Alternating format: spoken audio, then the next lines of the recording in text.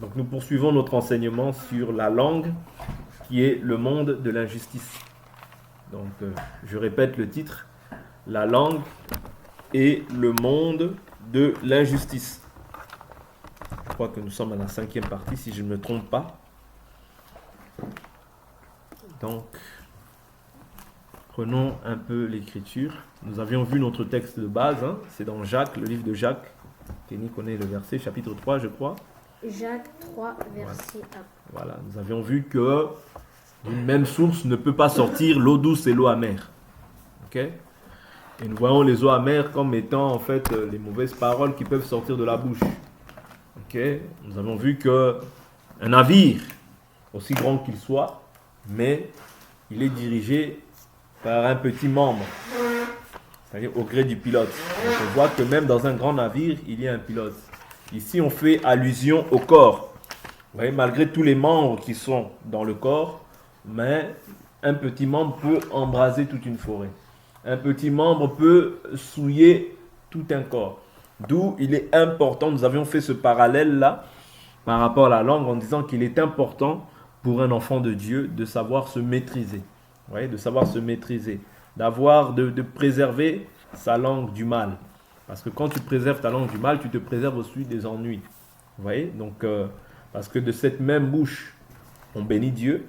Il ne faudrait pas que de cette même bouche, nous puissions maudire aussi les hommes qui sont faits à l'image de Dieu. Vous comprenez?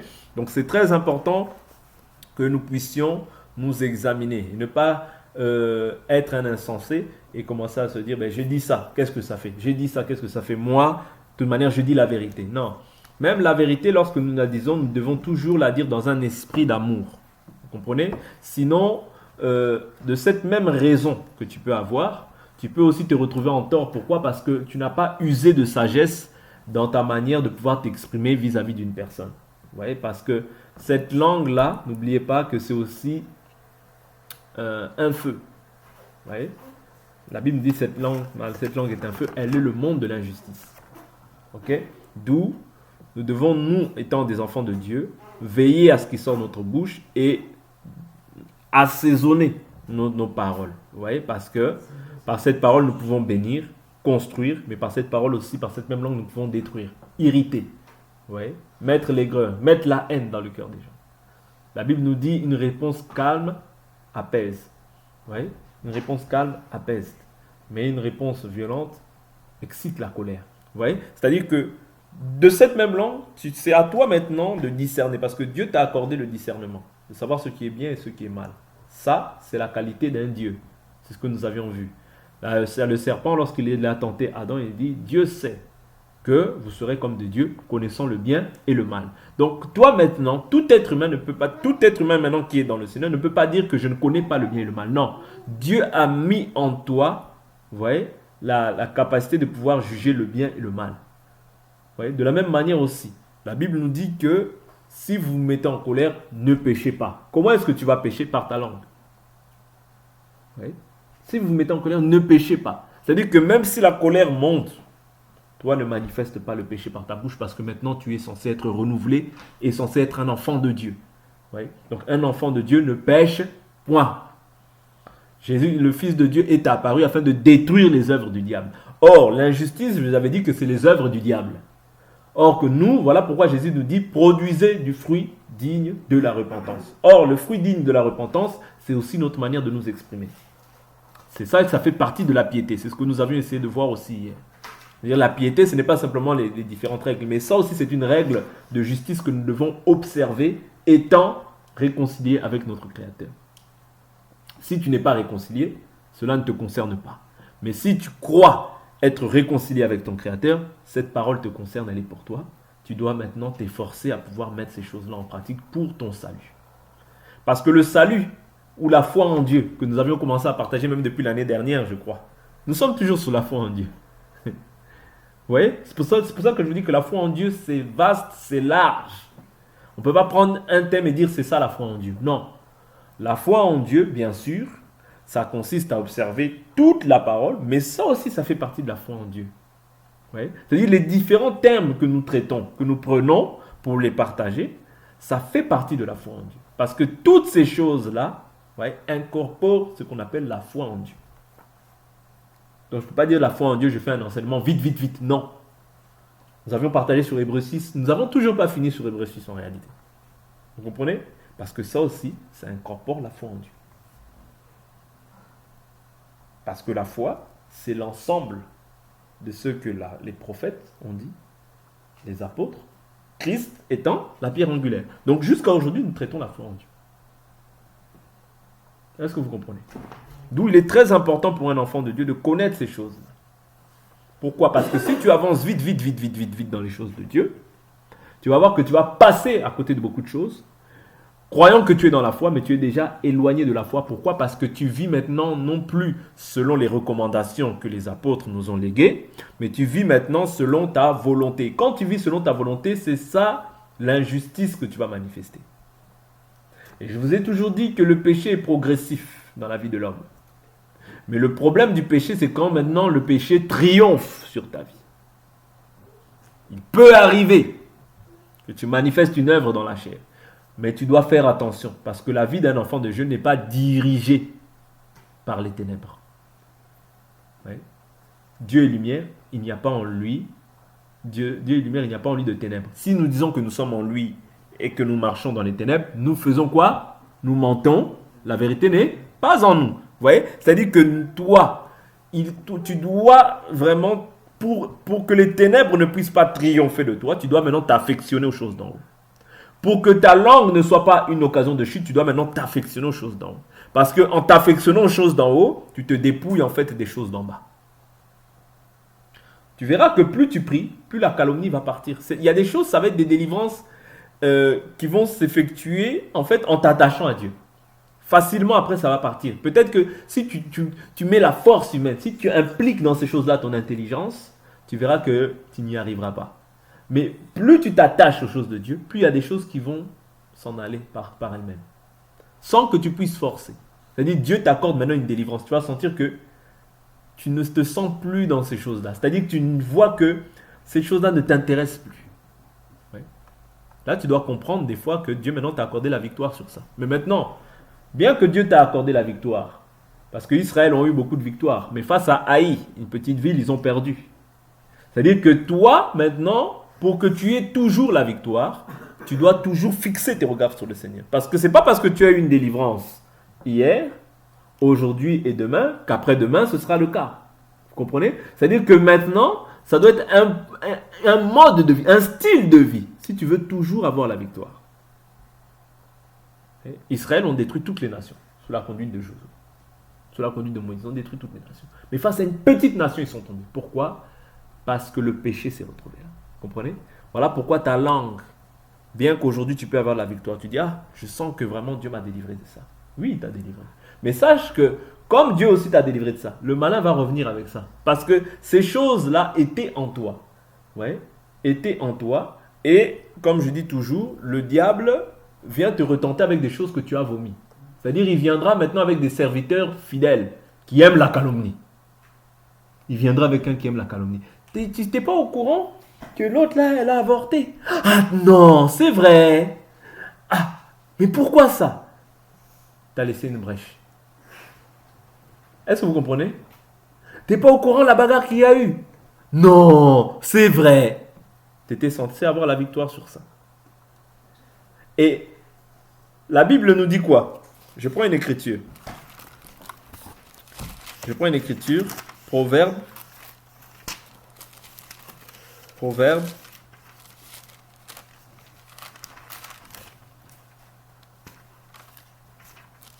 Proverbe chapitre 18, verset 6.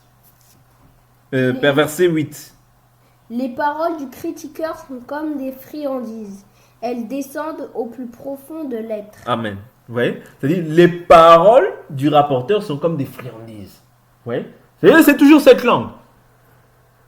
Ouais. Voilà pourquoi si tu n'es pas connecté, si tu n'es pas en communion avec ton Créateur, tu vas vite tomber dans des choses que tu avais vomies. Oh, j'ai eu la délivrance sur ça. J'ai eu la délivrance sur ça. Oui, c'est bien. Tu es prompt à dire que j'ai eu la délivrance sur ça. Mais combien de temps tu vas l'avoir cette délivrance? Combien de temps? Comprenez? Parce que ce n'est pas le fait d'avoir reçu une délivrance aujourd'hui. Ce n'est pas le fait de dire aujourd'hui je suis en Christ. C'est le fait de persévérer jusqu'à la fin. C'est ça qui est important. Vous comprenez? Celui qui persévérera jusqu'à la fin sera sauvé. Vous comprenez? C'est-à-dire aujourd'hui Dieu peut t'accorder la victoire. Et nous rendons gloire à Dieu pour ça. Parce que nous ne voulons pas être pires. Nous ne sommes pas pour être pires, mais pour être meilleurs. Mais maintenant, comment est-ce que tu mènes ta vie? Comment est-ce que tu traites ta vie? Est-ce que les choses d'en bas ne t'enveloppent pas ou c'est les choses d'en haut qui t'enveloppent? Parce que tout dépend de ça. Tout dépend de ça. Si les choses d'en haut commencent maintenant à t'envelopper, parce que la Bible nous dit que le péché nous fait quoi? Nous enveloppe facilement. Ouais, le péché nous enveloppe facilement. Donc maintenant, toi, étant un enfant de Dieu, tu dois veiller. C'est pas pour rien que le Seigneur nous dit de veiller. Et prier. Pourquoi? Afin de ne pas entrer en tentation. Donc si tu ne pries pas, si tu ne veilles pas sur ta vie, tu verras que les mêmes choses, je prends la médisance parce que c'est quelque chose qui paraît comme si ce n'était pas un péché. Tu vas parler de l'autre. Mais l'autre maintenant va dire à l'autre. Et l'autre a dit à l'autre. Maintenant ça te retombe dessus les problèmes. Vous comprenez? Pourquoi? Parce que tu n'as pas su canaliser ta bouche. Tu n'as pas su te taire là où il fallait te taire. Or, la Bible nous dit quoi? Proverbe 10.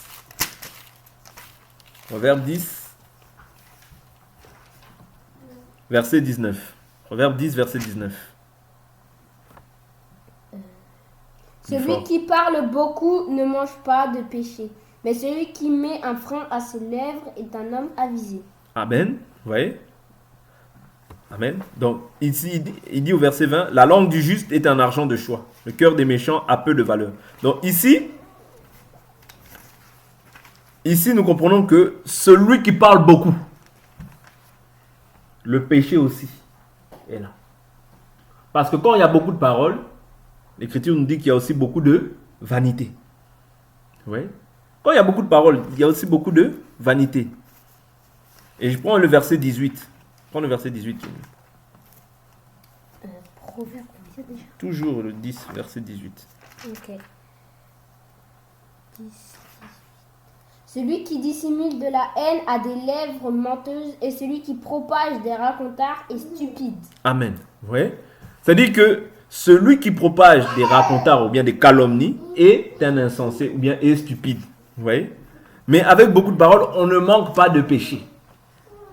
Ici, je veux simplement éveiller notre conscience afin de prendre garde.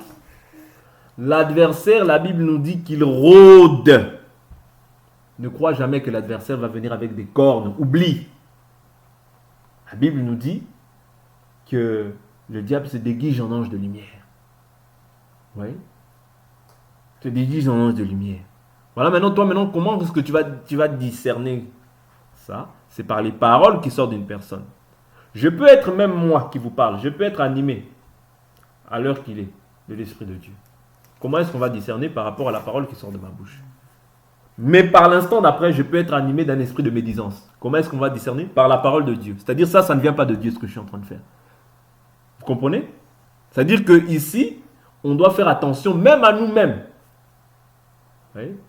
Quand je dis ici le diable se déguise en ange de lumière, je ne parle pas d'une personne qui est animée de l'esprit de Satan. Non, même de nous-mêmes, même à nous-mêmes. C'est-à-dire, qu'est-ce qui sort de ta bouche?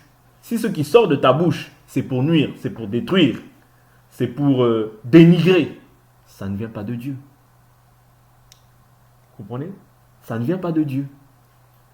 Voilà pourquoi je dis que nous devons faire attention, veiller les uns sur les autres, afin de nous exhorter à ce qui est bon. Or, ce qui est bon, c'est la parole. C'est ça la bonne part que Jésus a dit à Marthe. C'est ça la bonne part qu'on doit choisir. Or, la bonne part, c'est marcher selon Dieu. La bonne part, c'est garder les préceptes et les commandements du Seigneur. Ce n'est pas de te livrer à tes passions. Oui. Parce qu'il est plus facile de tomber, de te livrer à tes passions, que de te sanctifier. Parce que se sanctifier, dans son terme, c'est se mettre à part. C'est être consacré, c'est traiter sa chair. C'est appliquer un effort que la chair ne veut pas. Ça, c'est plus dur. Mais la distraction est facile. Tu peux facilement rentrer dans des choses qui n'édifient en rien. Ça, c'est facile. Vous voyez? Parce que la chair aime ça. Et cet esprit vit dans un corps. qui aime critiquer, qui aime faire ceci, qui aime faire cela. Mais ça, c'est quand tu étais de l'autre côté. Mais maintenant que tu es passé de l'autre bord, tu dois maintenant apprendre à vivre de la manière dont le Seigneur veut que nous puissions vivre.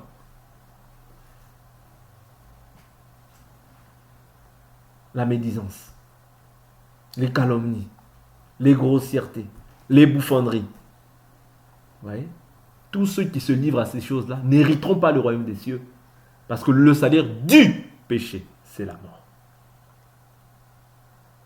Mais le don que Dieu t'accorde, c'est la vie éternelle en Christ Jésus. Christ Jésus, c'est l'enseignement.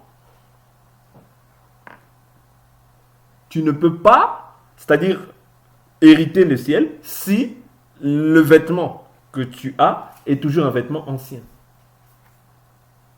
Avant, tu étais revêtu d'injustice.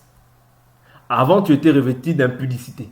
Avant, tu étais revêtu de tout ce qui n'édifiait pas. C'est normal, tu étais encore animé ou dirigé par l'homme ancien. Mais aujourd'hui, maintenant, c'est-à-dire on doit constater la différence. La Bible nous dit, on verra désormais la différence entre ceux qui me servent et ceux qui ne me servent pas. C'est dans tout. Ton langage, ton habillement, ta manière d'être. Ouais, c'est dans tout. Tout ce qu'on voyait avant, en fait, doit disparaître. Parce que si on voit encore quelque chose d'avant, ça veut dire que le vieil homme n'est pas encore dépouillé. Or, l'homme fort qui vient pour dépouiller le vieil homme, c'est Christ. Et il est apparu, pourquoi? Pour détruire les œuvres du diable. Il n'est pas venu pour pouvoir collaborer. Non. Oh, mais tu sais, l'esprit est disposé, mais la chair est faible. Ah bon? Mais pourtant, l'Écriture nous dit que ton Dieu ordonne que tu sois puissant à tous égards. Quand tu es dans les péchés, ne justifie pas. Repens-toi. C'est ça que Dieu aime. Dieu veut un cœur repentant. Et des gens qui sont repentants de base, mais pas des gens qui veulent se justifier. Tu es dans le péché, tu es dans le péché. Seigneur, pardonne-moi. Donne-moi la force de pouvoir triompher de cela. Oui, afin que je ne sois pas vaincu par le mal, mais vainqueur du bien par le mal. Vainqueur du bien, du mal par le bien. Oui. C'est-à-dire, tu ne dois pas être vaincu par le mal. Non. Oui. Mais tu dois vaincre le mal par le bien. Or, le bien, c'est ce qui est écrit. Le bien, ce n'est pas ta philosophie. Ce n'est pas tes pensées. Tu dois faire beaucoup le bien. C'est-à-dire, apprends. Ça s'apprend. Ça s'apprend. Ce n'est pas inné chez l'homme. Ça s'apprend. Faire le bien. Même quand on te fait du mal. Faire le bien quand on te fait du mal. Refaire le bien. Ce n'est pas facile. Ouais. Mais ça s'apprend. C'est l'exercice de la piété. Ouais. On te fait du mal, tu fais le bien. On te fait du mal, tu fais le bien. On te fait du mal, tu fais le bien. C'est ça que Dieu approuve. C'est les voies justes, les voies droites d'un homme que Dieu approuve, c'est ça. Mais quand tu deviens injuste, quand tu te mets à médire, tu deviens injuste. Tu prends le vieux vêtement. Quand ta bouche sert à autre chose qu'à l'édification, tu deviens injuste. Quand ce qui sort de ta bouche ne te sanctifie pas toi-même, tu deviens injuste. Est-ce que vous comprenez? Parce que quand tu vas parler 1 heure, 2 heures, 3 heures avec une personne, je pense que la médisance aussi n'est pas loin. Les racontars aussi ne sont pas loin. Je pense que c'est pas loin, c'est jamais loin. Parce que surtout quand tu es un enfant de Dieu, tu dois vraiment faire attention. Tu dois vraiment faire attention parce que le diable n'est jamais loin en fait. Le diable n'est jamais loin. Et moi je vous dis toujours que Lucifer connaît les lois du ciel. C'est-à-dire qu'il sait que lorsque tu pêches, tu es séparé de Dieu, n'est-ce pas? Tu n'es plus en bonne communion avec Dieu. Et c'est là, en fait, quand tu n'es plus en bonne communion avec Dieu, que tu laisses maintenant l'avantage à lui. C'est-à-dire, il trouve une brèche dans laquelle il peut venir maintenant t'accuser auprès du Père. Toi, maintenant, tu dois redoubler de vigilance pour cela. Parce que lui, il est l'accusateur de nos frères.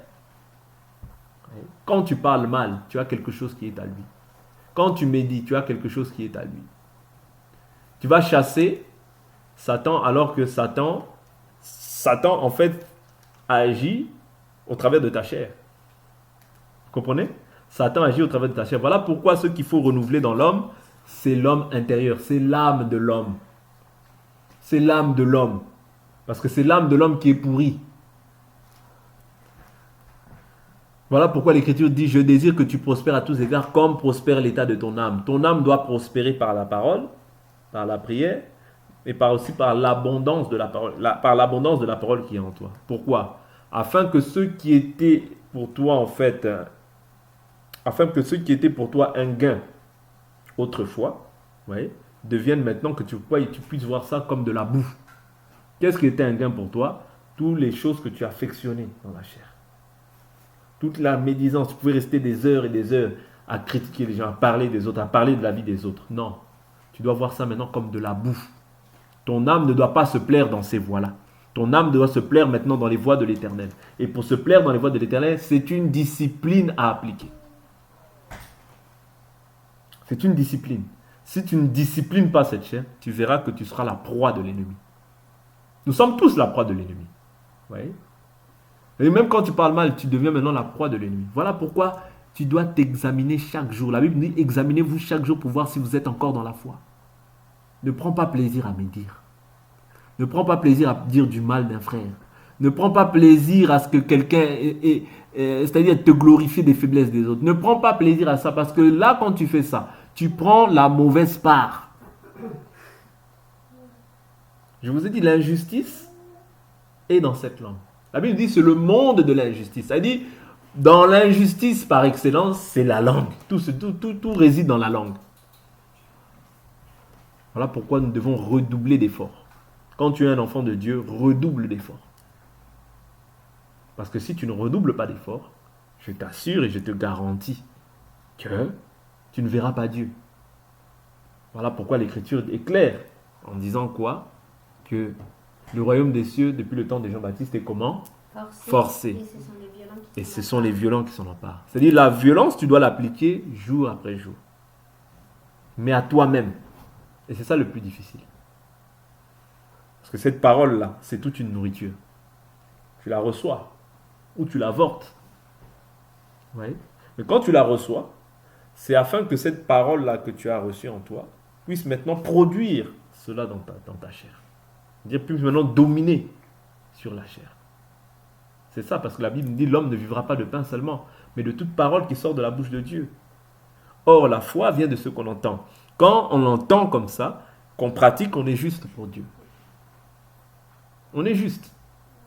Vous voyez? Mais nous ne devons pas aussi rentrer dans la phase où nous nous bornons à écouter sans pratiquer. Parce que si nous écoutons, écouter beaucoup, c'est aussi un grand jugement. Parce que la Bible dit que celui qui a... comment dire? On demandera beaucoup à celui à qui on a beaucoup donné. Vous voyez, plus tu entends, plus aussi le jugement sera différent de celui qui a entendu peu. Mais toi, quand tu entends beaucoup, ton jugement aussi sera différent. Ouais, parce que tu as entendu beaucoup. Tu as entendu beaucoup, beaucoup, beaucoup. Donc le fait d'entendre, c'est aussi un jugement dans la vie d'une personne. Voilà pourquoi ne nous hasardons pas à perdre du temps. La Bible nous dit de racheter le temps, les jours sont mauvais. Si nous devons racheter le temps, ça veut dire que, comment est-ce que tu rachètes le temps? Ce n'est pas en disant racheter le temps, racheter le temps, racheter le temps. Les jours sont mauvais. Non. En réalité, il n'y a qu'une seule personne qui n'est pas liée au temps, c'est Dieu. Parce que lui, il est éternel. Ouais. Mais toi, ton temps est limité. Ton temps est limité sur cette terre. C'est-à-dire peut-être tu as déjà 30 ans, 35, 40, 45, ton temps est déjà compté. C'est-à-dire c'est un décompte qui se fait. Chaque jour, c'est un décompte.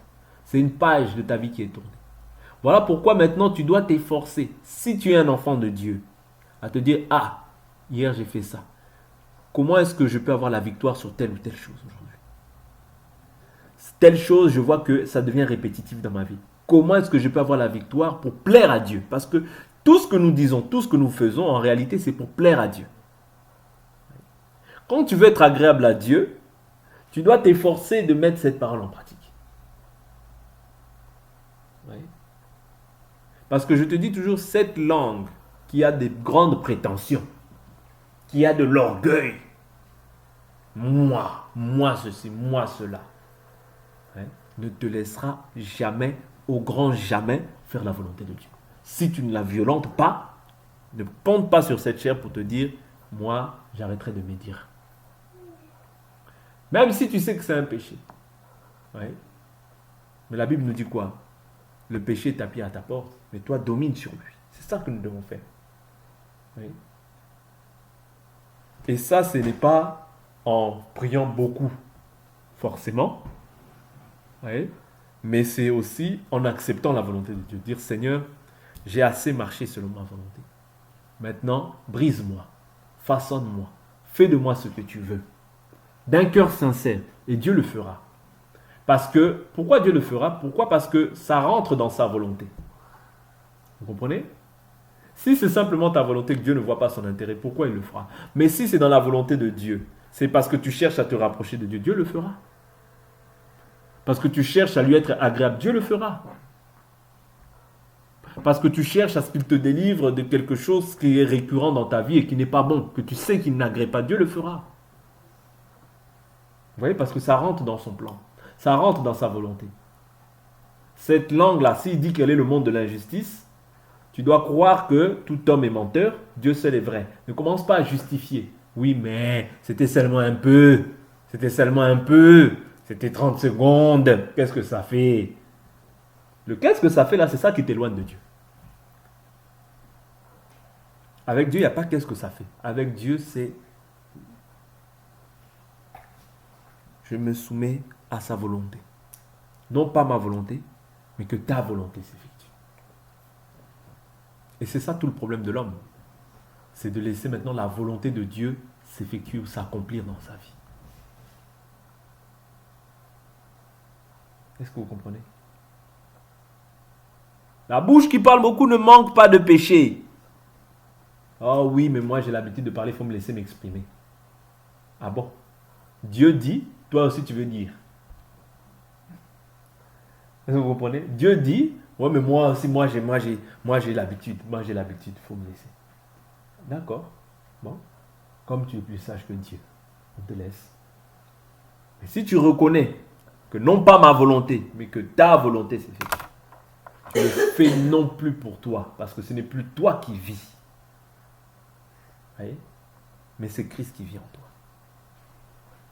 Et je vous dis toujours, si Christ est vie en nous, le corps est mort à cause du péché, l'esprit est vie à cause de la justice. Mais si maintenant tu veux manifester les œuvres d'injustice, tu feras renaître en fait l'homme ancien. Et là, on verra une personne qui parle, sans jamais se taire. Pourquoi? Parce que tu ne comprends pas que ces choses-là, Dieu ne les agrée pas. Oui? Dieu ne les agrée pas. Et tu vas crier, Seigneur, tantôt, mais tu gardes le vieil habit. Tu gardes le vieil vêtement. Or, la Bible nous dit quoi? Dieu n'exauce pas les pécheurs. Mais si quelqu'un fait sa volonté, celui-là, il l'exauce. Vous comprenez? C'est-à-dire que comme Dieu n'exauce pas les pécheurs, tu vas crier, mais tu cries avec un vêtement ancien. Est-ce que vous comprenez? Tu cries, tu pries. Quand je dis crier, c'est prier. Tu pries à Dieu. Oh Seigneur, voilà, pourquoi ça, pourquoi ci, pourquoi ça? Mais le seul problème en fait, c'est que tu cries avec le vêtement ancien. Or, la Bible nous dit quoi aujourd'hui? Revêtez-vous de Christ et ne vous mettez pas en souci de la peine pour pouvoir en satisfaire les convoitises. Vous voyez? C'est-à-dire que nous ne devons plus nous revêtir ou bien nous soucier des désirs de la chair. Parce que ça, c'est un souci de la chair en fait. Quand tu n'arrives pas à maîtriser cette langue, c'est un souci de la chair. Ça veut dire qu'il y a quelque part où tu as encore des difficultés à pouvoir te maîtriser par rapport à ces choses. Je ne dis pas par là qu'il faut être muet et ne rien dire, mais je dis simplement par là qu'il faut parler justement et quand il faut. Oui. Pourquoi? Parce que te préserver, la Bible nous dit, on avait lu hier que celui qui préserve sa langue du mal vivra des jours heureux. Oui. Préserve ta langue du mal. Si ta langue, tu parles pour pouvoir édifier, pour pouvoir construire, pour pouvoir bénir, gloire à Dieu, tu es dans la volonté de Dieu. Mais si cette langue te pousse à pouvoir dire à l'autre, à pouvoir avoir des jugements sur les uns et sur les autres, là tu n'édifies pas, tu rentres encore dans tout ce qui est charnel et tout ce qui n'édifie en rien. Voilà pourquoi c'est un effort et un travail qu'il faut faire en soi-même. C'est un travail, je vous assure, c'est un travail.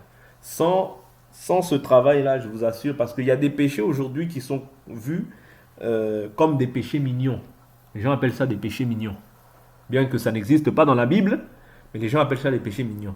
J'ai arrêté l'impudicité, j'ai arrêté le vol, j'ai arrêté tout ça, j'ai arrêté. Mais ça, le Seigneur connaît. Non, le Seigneur connaît sa parole.